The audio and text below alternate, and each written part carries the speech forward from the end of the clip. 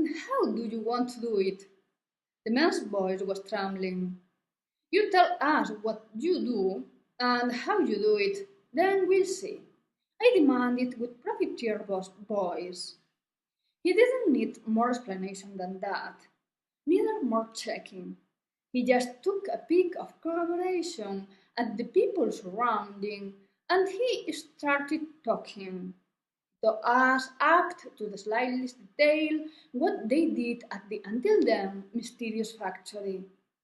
As you know, this wing is dedicated to investigation in the food field, especially referred to crops, weather, ripen time, and so.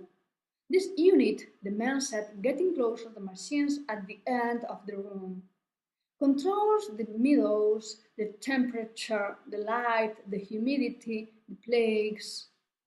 This one, pointing at the one next to the first, controls the product, its growth, its ripen, and this way he described the task of every machinery block decorating the walls of the control office.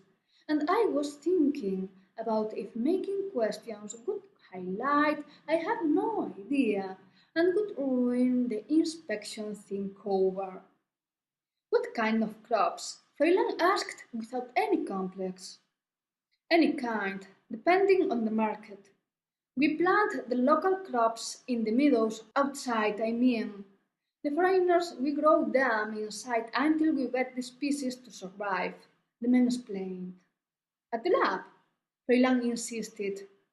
Yes, of course, the man answered. Then we started growing outside. And how does the market respond? I asked. We don't have the data. You'll have to discuss it with the economic department. The man said. Well, if we are here, it's because it responds well. The girl in glasses said. Yes, of course. The man confirmed, ashamed for doubting the system. Don't worry, we'll meet the economic department later. I dropped to detract tension. How long have you been working here? Me? He got nervous. 30 years, I think. I don't know, more or less. I started when I was 20. My parents worked here. Which education did you need to get in here? I kept on with the interrogation. Education? Almost suffering a panic attack. What do you mean with education? I was educated here, just like the rest. Well, I put an end, with the tone of that was what I wanted to hear. Let's check the rest of the premises. The man breathed relief. That much he didn't hesitate for a second to open every single door he found in the way.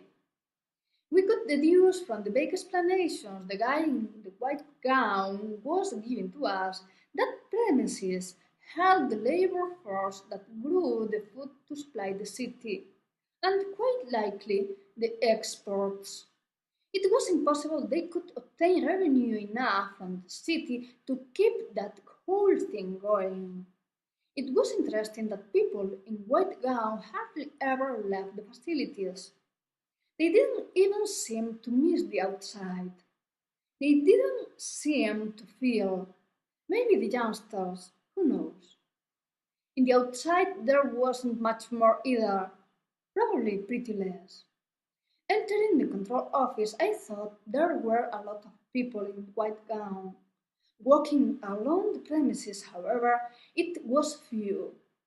In the daylight, the meadows were large, and they vanished in the horizon.